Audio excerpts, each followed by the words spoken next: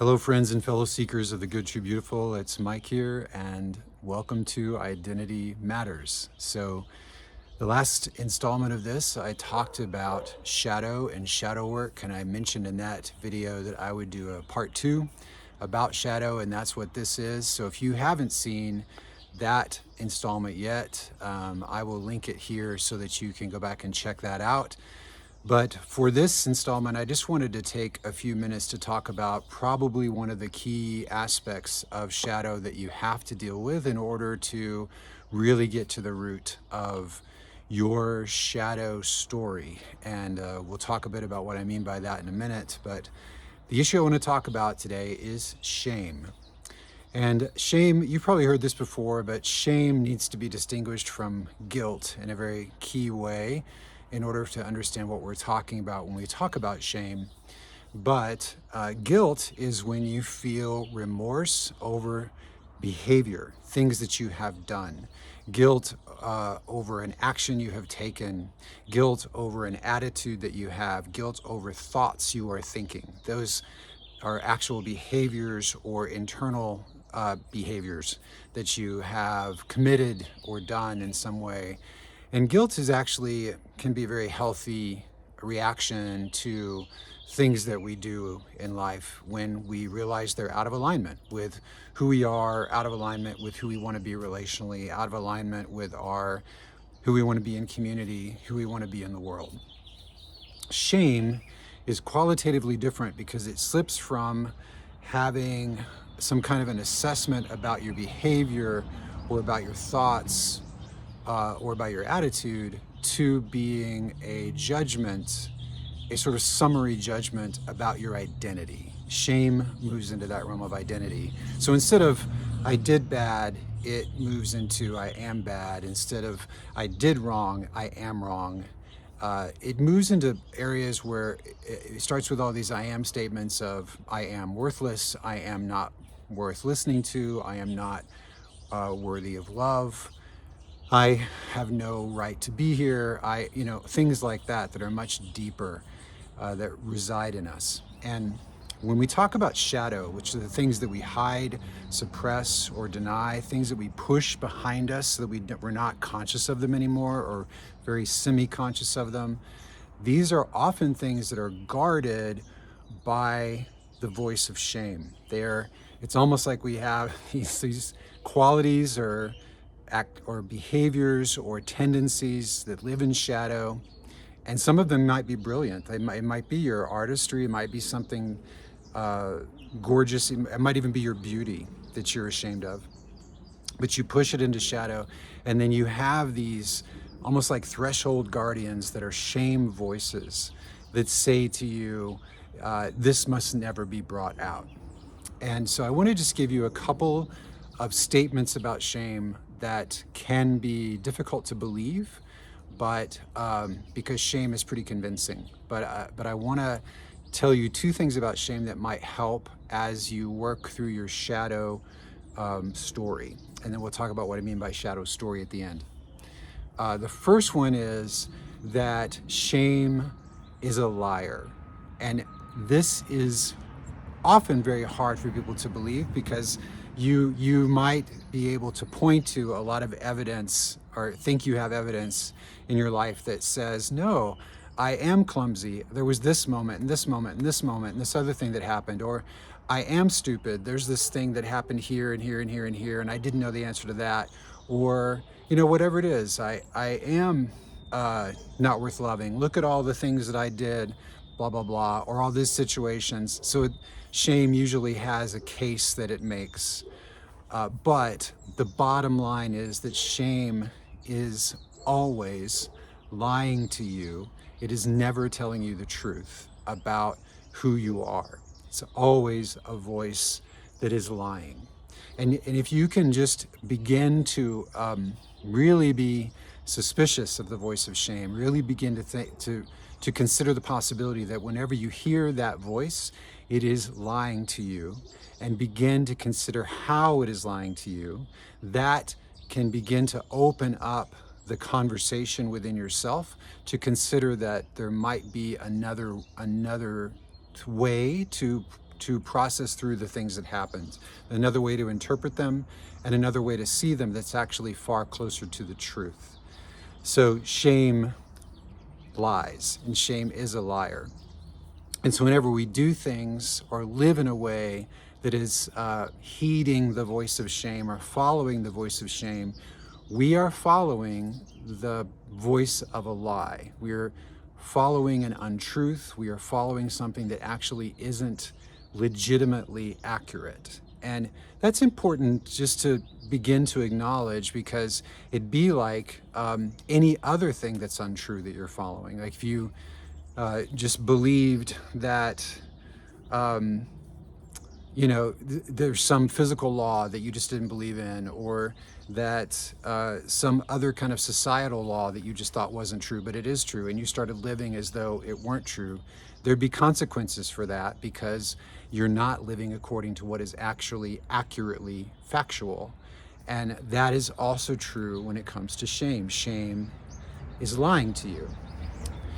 So that's number one, is begin to be really suspicious of anything that the voice of shame says to you. And the voice of shame, as a reminder, is always speaking to you about identity. It's always telling you something that is pejorative, is negative about who you are.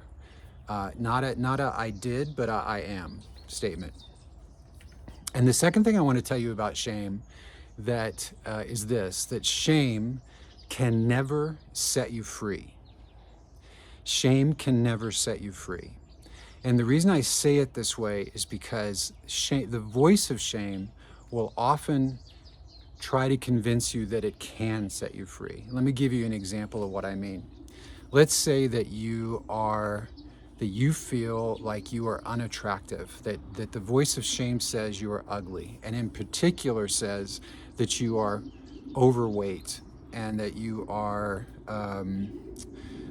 sexually unappealing, you're physically unappealing, that you're just ugly. Just never, no one's ever gonna love you because you just are horrendous to look at. Like just the worst possible kind of belief around that. So what shame will then tell you to do is, well, the only way that you're gonna ever be free of this awful feeling of feeling unlovable is to hide as much as possible your ugliness.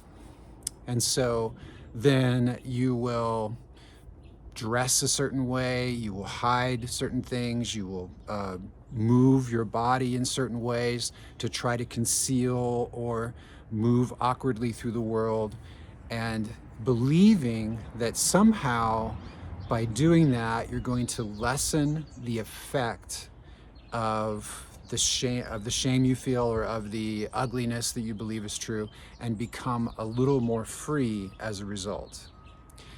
This is the fundamental lie of shame, that if you do what shame tells you to do, you're gonna be better off.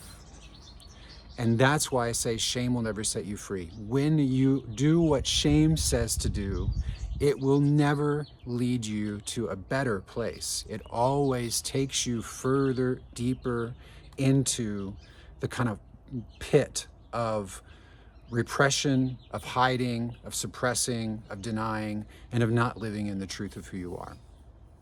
And so those two things, shame is a liar and shame can never set you free. And if you can begin to buy in even a little bit to those two statements, which I promise are true, then you can begin to sort of chip away at the foundation of this whole sort of belief structure that the voice of shame, which we all struggle with to some degree or another, is that's operating within our psyche. And then what you need to begin to do, instead of listening to the voice of shame, in listening to the lies that shame tells you, is to do two things. So in the last video, I gave you a couple of tips on how to begin to become aware of what's in your shadow. This is like another step in that process. And as you begin this, I want to just have a precursor here that it is important that when you start working through your shame story, that you do so with people who are safe and preferably people who are trained and understand how to work with shame. Because one other thing that's true is that shame is it's catchy, it's catching. So when you're with other people who are also dealing with their own shame story, it can be really easy for your shame story to trigger their shame story, and then you start this weird feedback loop between the two of you. So when you start working with your shame story, you need to be with people who are very conscious of their own shame stuff, and they're able to operate with you in a way that is redemptive, that is receiving, that is open, so that you don't inadvertently end up reinforcing one another's shame story. So there are support groups around this. Obviously, coaches, I'd say counselors are especially well trained in this area. So just be aware of that. But here's the thing I would advise you to do in those contexts, if you can, to begin to uncover and to expunge this shame story. So first of all, what is a shame story? We all have these narratives about who we are, and one stream of that narrative is what I would call the shame story, and it's the if you want to say, it's sort of the negative tale. It's the dark side story of the worst version of who you are, and you might even want to say, if the worst version of who you are took charge of your life, if you just imagine what's the the ugliest, grossest version of me, if the grossest, ugliest version of me took charge of my life, what is the life that he or she would create? And if you begin to write that down, and it's going to feel gross, just to give you a heads up, it's going to feel gross to do that, but this is all about taking things out of the shadow and bringing them into the light, right? So bringing it out, putting it on a piece of paper of what is this narrative, this way of being in the world that I am secretly resisting so much, that I'm fighting so hard against, right? So this is one way to get to that information. And so you write down what is the answer to that question? And you can also write it down as a story. Like if I think about the person that I was as a boy, who I became as a young man, who I became as an older young man, who I became as an adult, in terms of the voice of shame. If shame were to write my story, what is the story that the voice of shame would write? Then write that down. What is your unique shame story? And once you get kind of a draft of that, or something that feels like it's the right on with that, and you'll know it because you'll feel activated by it. You feel like either disgust, you'll feel shame as you write it down, and it might trigger you to some degree even to write it down. But to get it out on paper and have it in front of you is actually a redemptive step. And then the next step, which is even more courageous, is to find one or two or three at the most trusted allies, people that are mature, people that love you, people that believe in you, people that are not allies of your shame, but are allies of your true self, and share with them your shame story. And the idea of that is to, again, sort of break the spell, because one of the things that shame also says all the time is, you must never tell anyone about this, right? You must always keep it in the dark. You must never confess that whatever this thing is here. And these kinds of lies only have power in the dark, and when you bring them out into the light, you break the spell, and you begin to see almost immediately that other people, when they hear your shadow story, it's not the big boogeyman that you believe it's going to be. It actually it loses a lot of its power, and you begin to see the truth that the message of shame is lying to you. It's not telling you the truth of who you are, and it cannot set you free. So the whole operation, the whole shame operation, is a non-starter. It doesn't actually get you anywhere good, and so it does good for you to expose it, even though it's very difficult to do because it's so entrenched, in us. But again, I just want to emphasize this is delicate work, and you need to be delicate with yourself as you do it. So definitely don't do it unless you're surrounded by trained people, by people who you know or who are going to be safe for you to process this stuff with. Don't send yourself down a deep hole just to do this work and then have no one there to help you kind of pull yourself out.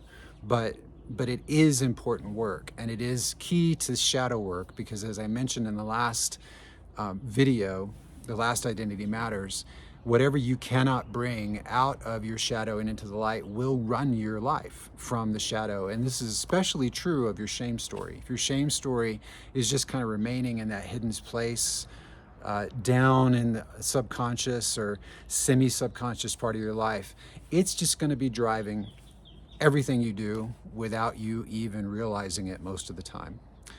So that's my word to you. And definitely, if you want to work with a coach around this, there are coaches that specialize in this work. I do a lot of work in shame story work and in shadow work in general. And but there are other coaches too that are very skilled in that. And of course, as I mentioned, if you feel like your particular shadow work story or shadow story and shadow work is particularly deeply entrenched, or particularly if you have any kind of addictions connected to it, I would highly recommend you move toward a counselor rather than a coach to work with, because they are more specially trained for people who have more deeply entrenched childhood trauma or other things like that really need that kind of more specific work around it. But there you go. Around shadow work, part 2 is what is your shame story, and how can you begin to unravel it and pull it out into the light. So thanks very much. Please, if you would, like this video if you enjoyed it, and you can feel free to share it with anyone you want. And you can always sign up to receive these directly in your email inbox using the link below. And I look forward to seeing you in the next Identity Matters. Have a good one, guys.